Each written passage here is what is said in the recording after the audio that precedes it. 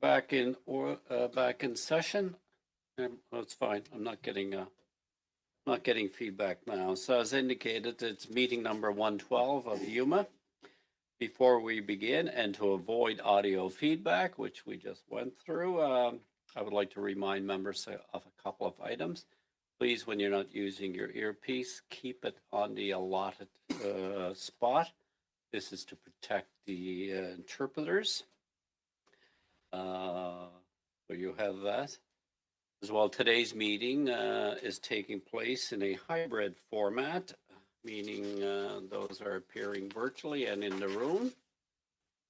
A few points: you have the option to choose to speak in the official language of your choice. If you're appearing virtually, use the globe icon at the bottom of your surface, click on it, and you can choose the official language of your choice. In the room, interpretation is available from the mic. Again, please keep the earpiece away from the mic while the meeting is progressing. As well, please direct all comments to I, the chair. If there's an issue comes up or there's an issue with translation, please get my attention. We'll suspend while it is being clarified. Pursuant to Standing Order 1082, and the motion adopted by the committee on February 26, 2024. Committee is commencing its study of the subject matter of Supplementary Estimate C for 2023, 2024, and the main estimates for 2024, 2025. The first hour, I would like to welcome our witness, Minister Bosanoff, Minister of Employment, Workforce Development, and Official Languages. Welcome, Minister. From the department officials, we have Paul Thompson, Deputy Minister, as well as the Senior Associate Deputy Minister, Madame, bienvenue, and Brian Leonard, Director General Policy Chief Financial Officer, Corporate Planning Affairs. Mr. Minister, you can choose up to 5 minutes for an opening comments, following which we will begin our first round of questioning. Monsieur le Ministre, you have the floor. Well, thank you very much, Chair. Colleagues, I want to thank you for inviting me to HUMA today. And as always, I want to thank all committee members for your hard work on behalf of Canadians. I first want to start by saying that we are gathered on traditional non-ceded territory of the Abenaki Algonquin people. To highlight the progress being made on developing and growing Canada's future workforce and our plans for overcoming and capitalizing on the challenges we face, while at the same time reinstating the long-held belief that for decades guided our country, the promise of Canada, that unwavering truth that young generations would be able to get a good middle-class paying job, afford a home, and do as well, if not better, than their parents' generation if they just put in the work. Nous connaissons tous les défis auxquels nous sommes confrontés. We all know the challenges that we're faced with, the gray tsunami, the exodus of older workers who are leaving the labor market more quickly than we can replace them. There is also the generational need of skilled green collars in a world of automation and digitization. The Herculean effort of equipping businesses with the workers needed today while ensuring an adequate and consistent supply of skilled trades, women and men, to contribute to the economy and the opportunities of tomorrow. Dans l'ensemble, nous sommes confrontés. Overall, we are dealing with a rapid loss of skilled workers associated with a shortage of skilled workers and both of those contribute to the increase in necessary productivity to a strong economy. Fundamentals are in great shape. International investors, for one, are quite taken with us, and businesses are noticing. It's why we have the third highest foreign direct investment in the world right now, and the highest in the world when you divide it by our population, ahead of all of our G7 allies. It's why Stellantis, Volkswagen, Air Products, Dow, and Honda each bet on us and our workforce to be partners in the economy of tomorrow. C'est pourquoi nous avons... That's why we have already started equipping our employees with the knowledge necessary to progress in a more and more new digital and changing economy. Special interests that speak directly to those efforts. And of course, I'd like to shine a light on some Budget 2024 measures and the role they will play in making the promise of Canada a reality again. We are trying to include more workers in the labor market. We are already supporting students through bursaries and low interest or no interest loans. Our intention is to increase that aid thanks to a new funding in the amount of $1.1 billion. Programs such as the Student Professional Placement Program and the Summer Jobs Canada program is helping students and employers find their way. With regard to specialized skills, we are investing almost $1 billion per year in learning through grants, loans, tax credits, and EI benefits during their education, and the Red Seal program as well. Because it's not just about where the puck is, so much as where it's going to be. The labor force of the future and in the context of achieving our net zero goals will depend on a workforce equipped with the right skills. Monsieur le Président, c'est exactement la raison pour laquelle Mr. Chair, it's exactly why we have tabled Bill C-50 to guarantee that Canada reaches its net zero objectives without sidelining workers.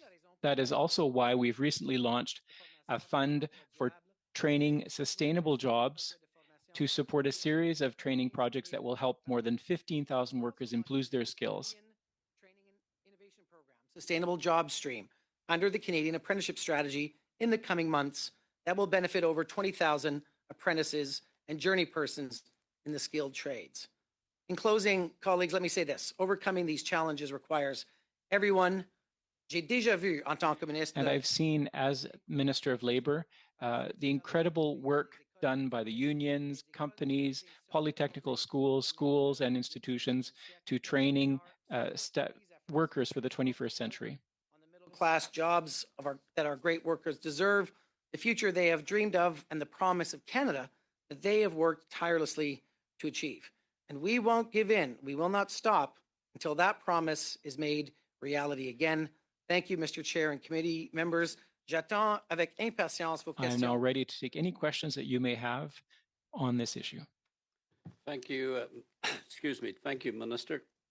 Before we begin, I want to welcome, we have two members joining us, two new, MP Cooper and MP Barrett with us today on HUMA. So as we begin, I would remind the committee members, the subject matter is the supplementary estimates 2024-2025. Mr. Cooper, you have 6 minutes.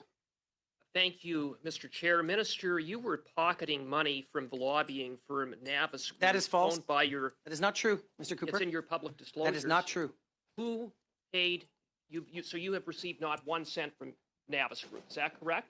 You said that I was pocketing money, which is not true. Did you receive money from the Navis Group? I have not made any income. I've not worked for any client since being elected. So how you much stated money, a falsehood. How much money have you received from the Navis Group since you were appointed to cabinet? I have received funds into my business that were cleared through the ethics commissioner. That happened while I was a private citizen. All of that information, all of those activities were while I was a private citizen. When I transitioned from being a private citizen to a public citizen, I spoke numerous times to the team of the ethics commission, and so I received, those payments are in those funds are in the disclosure. And if you want to know how much money I made as a private citizen, I direct you to the Commissioner of Ethics. I ask you then to just answer the question. How much money were you paid by Navis Group? How much? That information is with the conflict of interest, and I have not made any funds. Now, Mr. Chair, Mr. Cooper is trying to indicate that somehow I had only one client or only one relationship while I was private consultant. Minister, since you won't answer the question. close enough. Mr. Cooper, Standing Order 11.2 dictates that members keep their questions relevant to the matter, which the committee is reviewing. We're reviewing the supplementary estimates 2023-2024. Well, I, with respect, Mr. Chair, I have, How you're making the relationship between the estimates and your line of question. I would just remind you to keep your line of questioning relevant Well, to the matter. thank you, Mr. Chair. Minister, do you think it is ethical for you as a sitting cabinet minister to have received payments from a lobbying firm that was owned by your business partner, that was lobbying your own department and That's secured false. That's not true, Mr. $110 Cooper. million Okay. in federal contracts? So, Mr. Chair, I'll entertain the questions because I'm happy to set the record straight. Let's start with the funds, the grants in question to the Edmonton International Airport, which for colleagues who may not have been to Edmonton recently or in a while is the 5th largest airport in the country. Conservative governments, liberal governments have funded the Edmonton International Airport. It is a major hub of supply chain, not just for Western Canada, but for the whole country. And this is a grant that went from Transport Canada Minister, to Edmonton. Minister, I asked you Mr. a Chair, question. I would yes like to or finish no. Do you think that it is answer ethical? to my question. Do you think it is ethical that your business partner was lobbying your department? That is not Do you true, think Mr. that's Chair. ethical? That is not true. What part No of it is department not that true? I was What part ever of it is part not of true? Are you was denying, contacted by this company. Minister Mr. Chair? Blossino, that A point of order, and I will remind you again, Mr. Cooper, you're new to the committee. The subject matter the committee's agenda approved for today was the minister appearing on the estimates, sub-estimates. And I would remind members to keep their questions relevant to the agenda the committee adopted. Mr. Cooper, to the supplementary estimates, please. are you denying that Mr. Ms. Cooper, Poon, to the supplementary I estimates, have please. broad latitude in asking questions, and this goes to the heart of the integrity of this minister and his suitability to continue in his bring your office. question He has relevant. an Mr. ethical Mr. cloud Cooper, bring hiding, your question hanging over his relevant, head, and or I'll Canadians rule you deserve out of order. answers. Bring your question relevant. Minister, have you read the Conflict of Interest Act? Mr. Chair, I've read sections of the Conflict of Interest Act, but more importantly, when I transitioned from public life, from private life to public life, I spent numerous meetings, numerous phone calls with the team at the Conflict of Interest so that my business interests could be wrapped up in a way that meets all obligations under the Act. And So- Mr. Chair, if I can point to these two So I have asked you, stories in I've the asked press, you, they indicate that I followed my obligations, Minister, and that is what's on the record. Minister, I asked you a question. You said you did read the Conflict of Interest Act. Good. Section 4 of the Conflict of Interest Act provides a conflict of interest occurs when a public officer holder exercises a duty or function that provides an opportunity to further their private interests or another person's private interests. That's exactly That is not what is you did, taking place Minister. here. No, not at Not all. only did Navis Mr. Group Chair, lobby your if there department, was a you contravention of the handed Conflict a of Interest and Ethics Act, $9.74 million The conflict check of interest to would have said that. Navis's client. You furthered your business partner's interests in That delivering is funding simply not for true. their client, and you That is not furthered true, your Mr. own Cooper. interests because you were That is being not paid true. by Cooper, Navis. That is Mr. not Cooper, true. bring yourself to relevance to Minister, the matter. You know the rules of the House, Minister, honorable member. Minister, And I the would- constant attack that you've been displaying on questioning another member, remarks with question the member's integrity is not in order. We're here again to discuss the supplementary estimates, which you have not questioned anything on at this Minister- point, but it's your time. Min- You have another minute and a half. Thank you, Mr. Chair. Minister, you know what that's called? It's called a blatant conflict of interest, That and is it's simply also not true, called Mr. Cooper. self-dealing and The corruption. Conflict That's of what Interest it's and called, Ethics Minister. Commissioner's I'm going to ask you Office this question. Since you're not indicated interested in in the answering article many that I followed all questions the here, rules. Have you I'm read gonna the ask article, you Mr. this. Cooper? Have you read the article? Let me ask you this. Do you hang out with you're gonna lobbyists answer my at your questions. weekend, at your I'll weekly ask you meetings with Jenny questions. You're Byrne? here to answer Is that how you questions. spend your time on Wednesdays, hanging out with You're the here lobbyists to at your own answer caucus questions, meetings? Minister. Minister, why did you Pretty not easy to make talk to a Jenny about public- loblaws, isn't it? Why did you not make a public declaration of recusal from the activities connected to Ms. Poon's lobbying efforts in relation to the Edmonton International Airport? Mr. Cooper, I followed all of the rules and sought advice from the Conflict of Interest and Ethics Commission's team to set up my business, to set up my life transition from private life to public life. I followed all the rules. It's even in the articles. There is no contravention of the Conflict of Interest or Ethics Act, and that is stated by the Conflict of Interest and Ethics Cooper. team. Thank you, Mr. Cooper. Your time is gone. We will now move to Mr. Long for 6 minutes. Thank you, Chair. Good afternoon to my colleagues and Minister. Thank you so much for coming before HUMA. It's appreciated.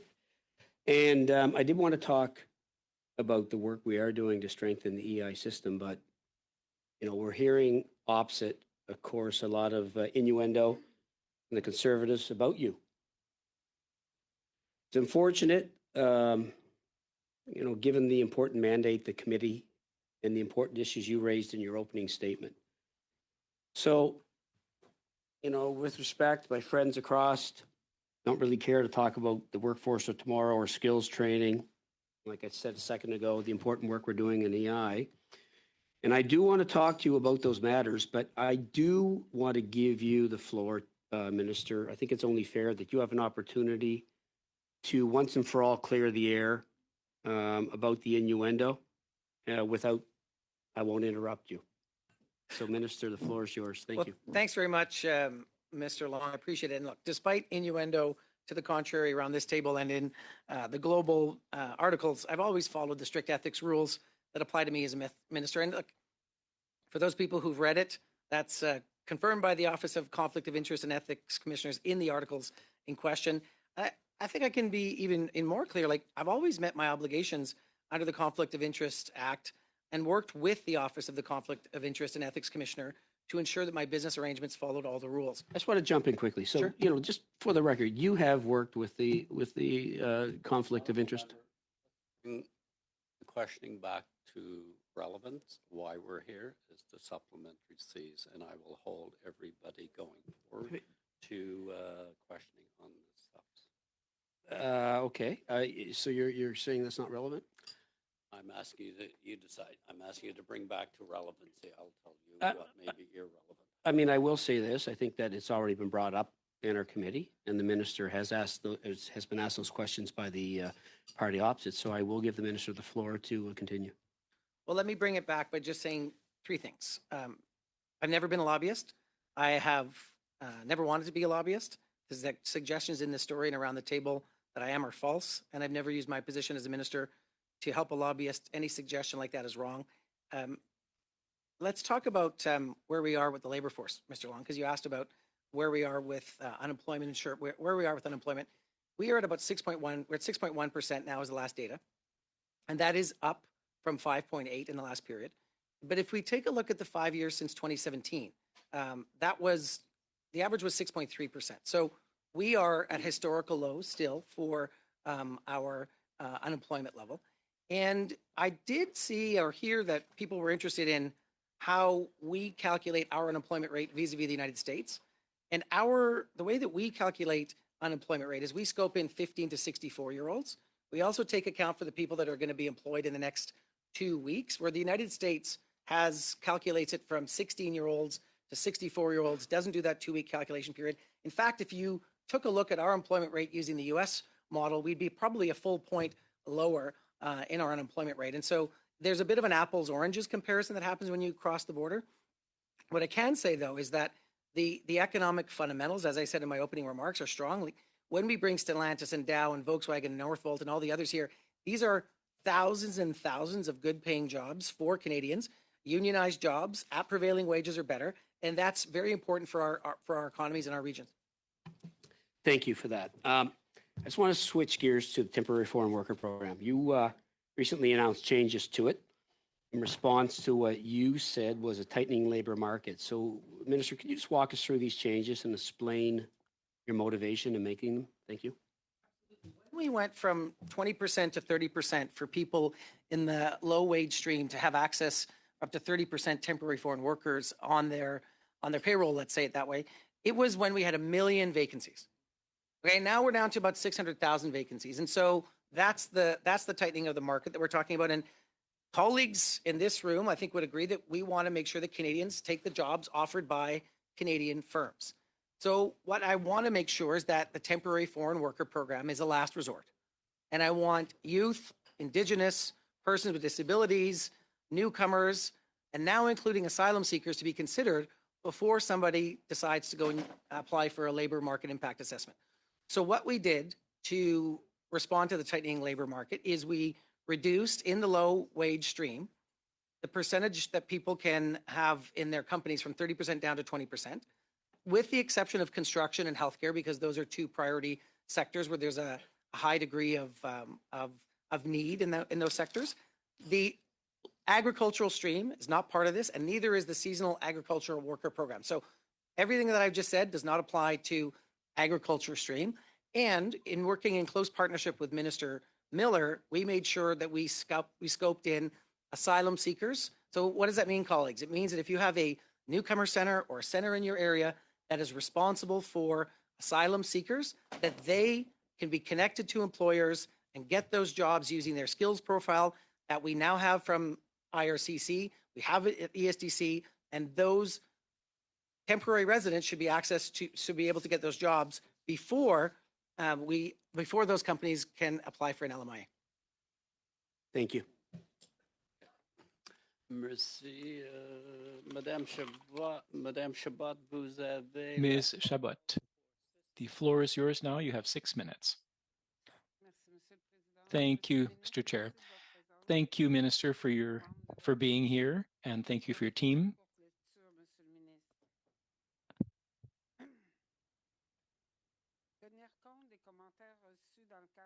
So, as part of the comments on the future of the EI program, there was a promise of a plan of modernization of this plan that would be tailored to the 21st century and establishing a more robust. Did you recognize those words? Yes, and I'm happy with the works, but the work we've done, but I feel that there's another question coming. Well, that was in your mandate letter, right? Yes, absolutely. It was in the letter of my predecessor's mandate as well, and it's still in mine. So why have you given up this idea of modernizing the EI program? We're looking at budgets right now, we're looking at credits, and there's no trace of a possible reform of this system. Why did you give that up? Well, I'd like to specify this. We want to have a robust system, especially if we see that there's a recession or a slowdown in the economy, but we're in a good position right now. We want to be fiscally responsible, but we've extended sickness leave. We have extended seasonal workers leave as well, and that's important because before you had to go to the minister every year. So we're continuing with the modernization program. And also the study that you did, well, I'm asking you about the reform of EI, which requires concrete measures for accessibility. You're talking about pilot projects.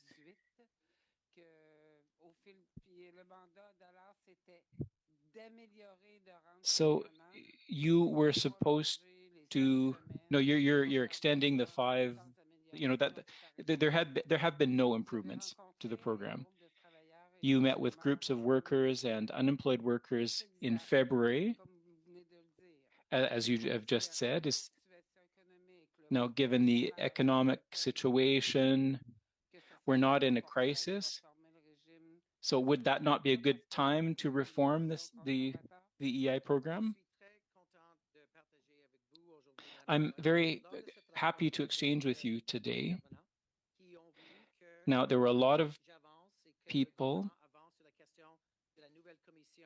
who wanted us to make progress on the new EI Commission, and it was a tripartite. Well, that hasn't been implemented yet, but well, I encourage you to keep an eye out, keep an eye on the next few days. There will also be a new benefits for adoptive parents as well. Mr. Chair, on February 15th, after a meeting that you had with the workers and unemployed, you asked those various organizations to give you a list of the main changes that they would want to see in a reform.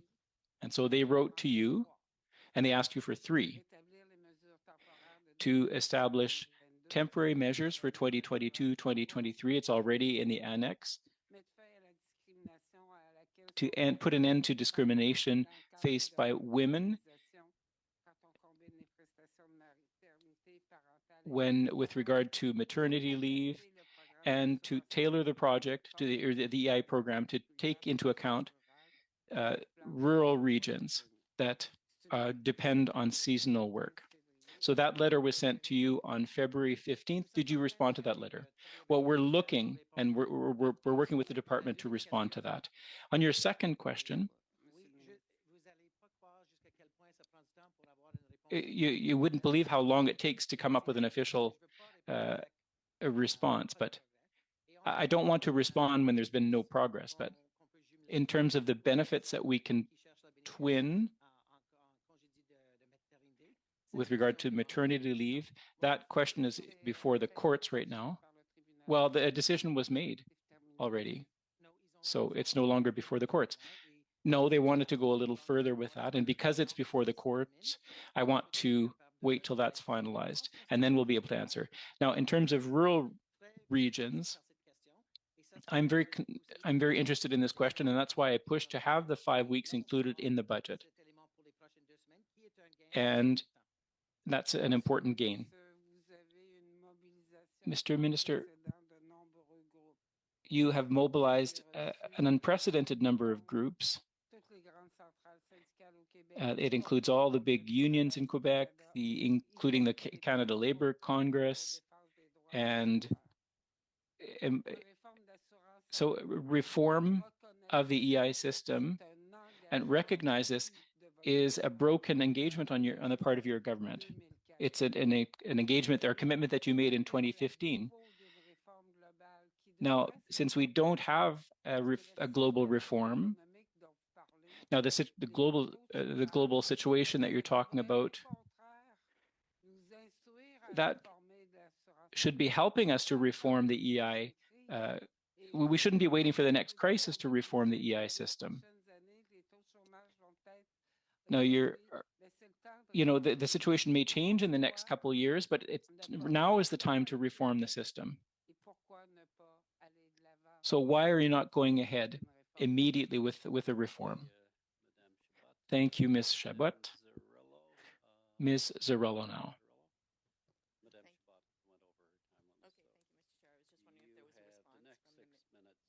Is there a response from the minister, or don't really have Nope. time?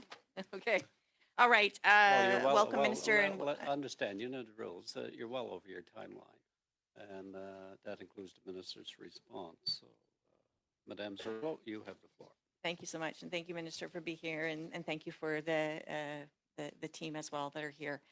Minister, when this committee was first struck, our first study was around the care economy, and as a woman at this table, it concerned me very much that women were undervalued, underrepresented, underpaid in the care economy. And you mentioned in your speaking notes about the gray tsunami and growing the workforce. So, you can't go out into the community these days without meeting someone who is caring for a parent, a family member, an elderly person in their life. So I wanted to ask you specifically about the temporary foreign worker program, which is overrepresented in the care economy.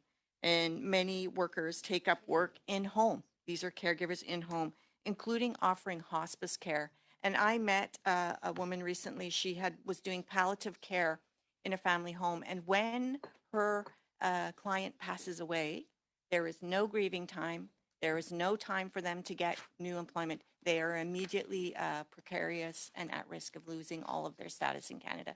Is this something that you've heard about, and is this something that you can address, the precarity of the work they do?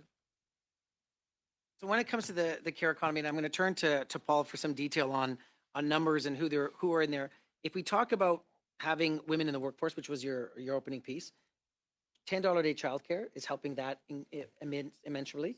And on the TFW, on the specific case of people being vulnerable in the care sector, we make sure that the labor market impact assessments, if people are being brought in to do that work, have to follow rigorous programs. There was also work that we did as a government to make sure that people in the care economy, caring for children, caring for elderly parents, caring for persons with disabilities, would have a pathway to citizenship. And so particular cases that you are aware of where people are in precarious employment, if the person that they are taking care of and they're employed by a hospice company, then that is definitely something I want to look into.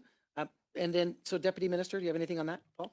I would just add the new budget investment on the sectoral workforce solutions to look at labor force solutions for caregivers. So that's one new investment we'll be working on, as well as a commitment for a care economy strategy. So I saw both Yeah. of those in the budget, and I appreciate it very much. But I wanted to point out that there are in-home workers that are in very precarious situations, and it needs to be solved. And so that goes to the Status for All campaign. Minister, are you aware of the Status for All campaign? I'm not. Okay, so the Status for All campaign is the opportunity for immigrant and precarious workers to be able to get their permanent residency. Some in BC have waited decades to be able to get permanent residency. They've been contributing to the economy. They've been in the care economy for decades, and they do not have access to permanent residency. So I understand there's a cross here between immigration and employment, but you talked about growing the workforce. We have many dedicated care workers in this country that are being disrespected and left behind and are waiting and waiting for permanent residency and to be able to bring their own families.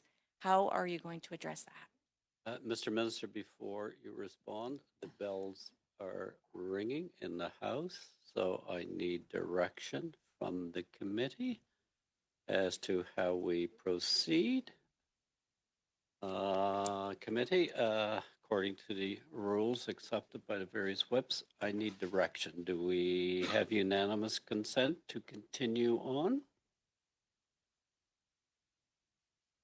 Okay. Then we'll continue until somebody tells me we cannot. We will need to suspend for some voting time. So until somebody objects, Mr. Minister. Mr. Riley, you raise a really good point, and I think you were right to say that Minister Miller leads on this. It's the immigration file. It's a very important file to figure out how do we honor the work that people have done here and figure out pathways to citizenship. What we can do at Employment Social Development Canada is we track transition rates to permanent residency, and so we could take a look at how that happens in different sectors.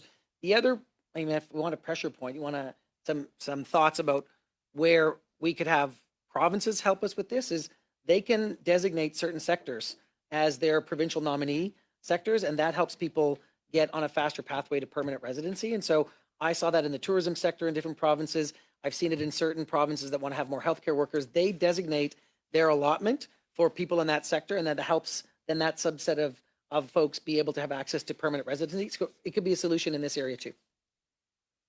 Minister, have you approached any provinces or territories on this? And are there any sectors that you're actively advocating to provinces and territories on? I can tell you construction, healthcare, early childhood education, green jobs would be the top four, for sure. It almost always seems like it's a competing thing between construction and care economy, and both are very gendered work. And I just wonder, is the care economy and the specifically or usually women's work getting as much attention as the traditionally? I hope so. Take that away. And when I say like healthcare, I mean everybody in healthcare, like the care economy writ large, right? Because I think it's important for us to take care of elderly, of persons who need that home care piece. Also, I'm responsible for foreign credential recognition. I got that file, but I have no power. All I have is money. And so we have invested $300 million over the last few years to get to groups on the ground to literally work through the 600 guilds that protect a bunch of professions on the ground.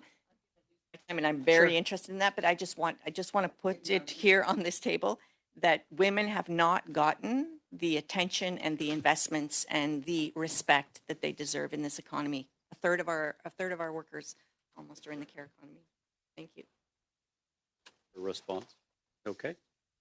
I agree, and we have work to do in that file, which is why you'll see a lot of our funding is prioritized to people trying to break into the workforce that are part of under Okay, part thank of you. groups that aren't in the labor force to the degree we would like to see them. Thank you, Mr. Minister. Mr. Barrett, for 5 minutes, please. Mr. Barrett? Minister, how much have you been paid by Navis Group? Mr. Barrett, that is a matter that took place while I was a private citizen, and those issues, if you want to find out how much I made as a private citizen, I refer you to the Ethics Commissioner. What are your holdings of the one numbered company that you have, 2050877 Alberta Limited? That is not my company. Do you have a numbered company? I do, and when I was working with the Commissioner of Ethics to wrap up my private affairs to become a public official again, they indicated that I should use the legal name of the holding company, which I did. So you do have a numbered company? I do, but it's not the one you And mentioned. you have a trading name for that company? I do not. So what's the legal name of the company? 2256956 Alberta Limited. Okay, and what does it hold? It holds investments. Does it have any interest in the Navis company? No, it does not. You have draw income from that company, though? I do not. Mr. Barrett, I remind you, but I'm going to give flexibility because both sides strayed on this issue. The only ones that stayed to relevancy with Madame Chabot and Madame Zarillo on the matter before the committee, but the minister did elaborate. I understand the rules, Mr. Cooper. Mr. Barrett, you have the floor. So 2256956 Alberta Limited, does it or did it own the GHI, Global Health Initiative, the pandemic supply resale company? Does it own that? It has, there's shares in that holding company. There are shares in that company, in GHI? Mhm. Okay. So since you've been a minister, have you received any payments from Navis Group? As is declared in my conflict of interest and ethics submission, yes, and that was organized with the conflict of interest and ethics. Okay, so let's just back this up, because Mr. Cooper asked you the same question, and I'm asking you the question. And I asked how much you've been paid, and you said, well, none of that happened since I was a minister. So there's a bit of confusion here. How much have you been paid since you've been a minister by that company? So Mr. Barrett, I'll give you an example. There is, Mr. Chair, some thinking here that I have had one client.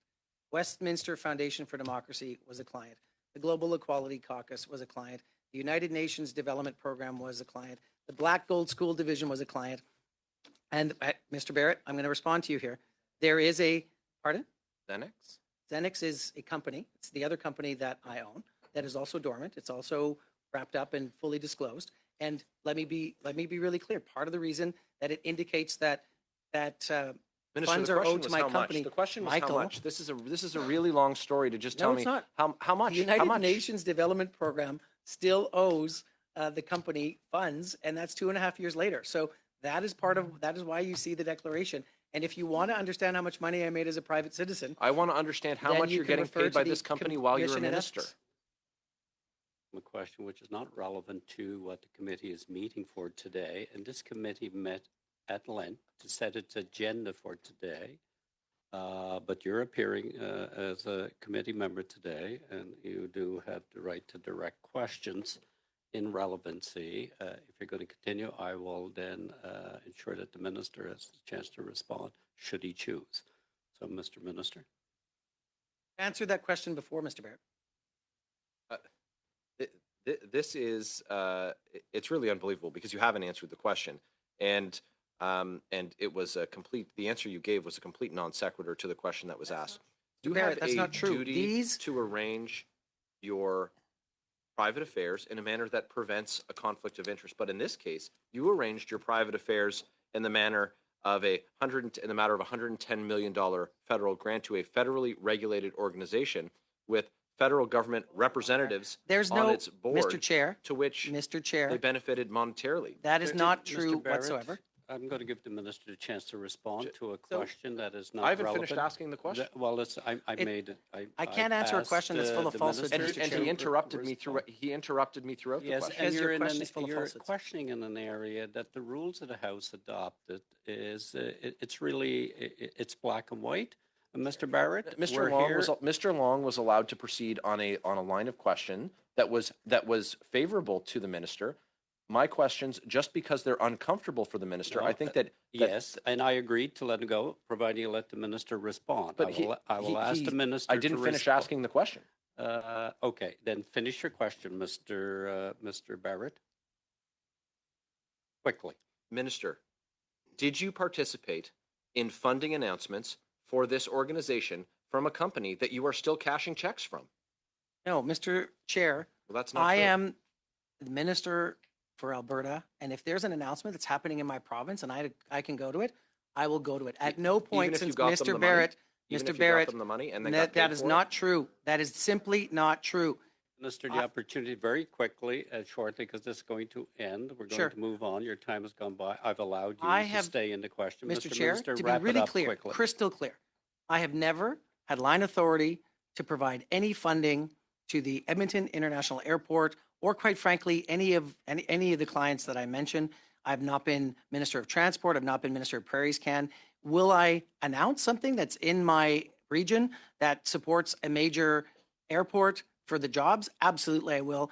No monies were transferred, and that grant went to Thank the you, Edmonton Mr. Airport, not a Barrett. company in Thank you, question. Mr. Barrett. Thank you, Mr. Bosanoff. Mr. Collins. Mr. Collins, you have 5 minutes. No, thanks, Mr. Chair, and welcome, Minister, and I'll get us back to committee business. Last week, I had the opportunity to meet with Michael Braithwaite from Blue Door, and they work out of the York, Durham, and Peel region, otherwise known as Tony Van Bynen territory. And they're well known in the region for providing transitional housing as well as emergency shelter support for those people who need it. But what most people don't know about Blue Door is that they offer a construct program, which is a skills training program that's launched about 500 people into the skilled trades. And I know, Minister, that you're very well aware that we have a very aggressive housing policy. Our national housing strategy promotes new housing in both the nonprofit as well as the market sector. And I'm wondering if you could share with the committee the how we could seek to support organizations like Blue Door who are offering these services in cooperation with LIUNA, local colleges, the private sector. Can you share with the committee what ESTC is doing with our housing plan and how we're supportive of building the skilled trades numbers across the country? Absolutely, Mr. Collins, and I referenced it in my opening remarks, but look, we invest about $1 billion a year in the apprenticeship space, grants, loans, EI benefits to apprentices. And one of the big sectors is the construction sector. And I had this conversation with my counterparts at the provincial level early in this mandate. We have to esteem the trades earlier. But at the same time, we've got 98% of companies in this country that are small, medium-sized enterprises, like in Tony Van Bynen country and in your backyard. And it's really hard for them to figure out how to bring an apprentice on when it's, a guy and his cousin, and they've got 3 people in a truck and they're building houses or they're roofing. How do you put an apprentice on that? So there's money in the budget. I think it's $90 million, Paul, to do something to get apprentices on the job sites with small and medium-sized enterprises. I'm very excited about that. We pushed hard. We got it done. Because when I met with Build Calgary, that was the number one ask they had for me, was how do we get apprentices onto the ground, like literally on site with small and medium-sized enterprises? So that's one. Number 2, I need help from everybody around this table to esteem the trades earlier in life. So the next time you're, at a meeting, or it's the summertime, or, you're having beers with your friends, and or you're around the family table and you got that grumpy auntie or uncle that says the trades are a bad idea, they're a second-class career, correct it. They're a first-class, amazing job. The trades are the way of the future. And my friends, we've got 700,000 skilled trades retiring in the next 5 years. So the time is now, and I will say to officials, great job of doing an award-winning campaign to scope more young people in, and there's $10 million in the budget to get more young people into the trades. Let me follow that up with my question with how we work with school boards to to illustrate to kids coming through the elementary, then by extension high school programs, that skilled trades should be an occupation of first choice. And currently it's not, and we don't see promotion at that level in terms of trying to steer children to an area that they may not see as a first choice for them from an occupation perspective. Can I ask what conversations happen through the department in terms of trying to encourage that conversation at least to take place? And if they decide to go in a different direction, that's great. But I think there's a missed opportunity there. When I speak to my kids who are now both in university, those conversations didn't happen with them through high school, and they should have. You know, it's amazing. I'm the outlier in my family. Okay, I'm a kid from skilled trades. Like I got a IBEW scholarship to go to University of Alberta in 1988, and it was $500, and I paid for half a semester of tuition and books. Think about that. And so I was the academic kid, right? But like my brother is actually, you know, in the skilled trades. So is my nephew. My niece is looking at it, and I just think we got to have a societal attitude shift about this. And so the department, and when I came in, I said, look, let's look at the German model, because the German model streams people, right? Based on their aptitudes, you go the academic route, or you're going to go the trades route. And some of the conversations, like Senator Bellemare and others who've said, look, let's have tripartite advice to the ministry on how we can get labor and employment and government all working together. I want to see that higher level coordination. And when it comes to making sure that the trades are esteemed, I don't agree with everything the Ford government does, but I think they cottoned onto something with the announcement that Minister Lecce did earlier this week. And if those students still achieve their academic excellence, right, they still got to do the marks, the ability to stream them in and have them get skills in the trades while they're at high school, I think that's an innovative model that we got to see and see how it works, and then see it take place across the country. Second, so we stop there. Thank you. Madame Chabot for... Ms. Chabot, you have 2.5 minutes. Thank you, Mr. Chair. I could, I'm going to go about this in a shorter way. And I think this is clear for everyone that as minister and as a government, you've abandoned a measure, a very important measure, that of reforming and modernizing the EI system. Do you acknowledge that one of the main problems with the system is an access problem? What, can you give me an example? Well, eligibility criteria, there are 6 out of 10 workers who say they don't have access to EI. And so we opened a door for you. The union groups, unemployed groups, they opened a door for you.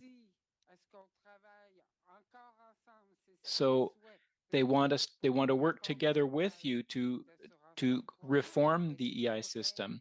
Are you willing to immediately take steps to put temporary measures in place? You know, it's not an application problem.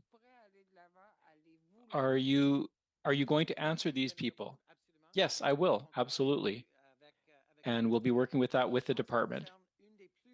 With regard to one of the biggest requests from that coalition, one, they asked us what the plans were for the appeal commission. And with reason, yes. And I'm pleased to be able to talk about that more this week. Now, for the other aspects in terms of funding, you know, and I continue to push for that in all departments. I think it's important to say that we're going to change the system more slowly than they want, but I'm there to make sure that we have an EI system that lives up to the expectation, and that will promote access as well. So I will be answering that coalition's letters. Well, we already know what that response is going to be. Now, we don't want to create false expectations. Now, do you acknowledge, Mr. Minister, that the EI program is a federal program, and that it was one of the social net programs, one of the main social net programs. So why in the budget have you decided to invest money in areas of provincial jurisdiction? That's when it's a federal issue. 20-second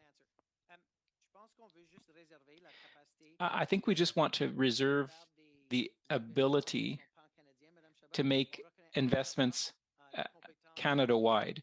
We recognize the jurisdiction of Quebec and I even have a meeting with one of the ministers of Quebec later this day. So on this question of jurisdiction. Thank you. Ms. Zerillo. Thank you, Mr. Chair. And I'm going to take my 2.5 minutes to table a motion that I circulated earlier to the committee. And I know many of us were disappointed in the Minister of Diversity and Inclusion's presence here last week, and we certainly didn't get the time we needed to question her. So I have a motion for the committee, and I'll read it, and it relates to the Canada Disability Benefit, the barrier of the disability tax credit as an entry point, and also the potential for clawbacks, which we all don't want to see. So, Mr. Chair, in the opinion of the committee, the government should safeguard the Canada Disability Benefit from any potential clawbacks and engage in comprehensive consultations with the disability community to ensure the effective implementation of the Canada Disability Benefit.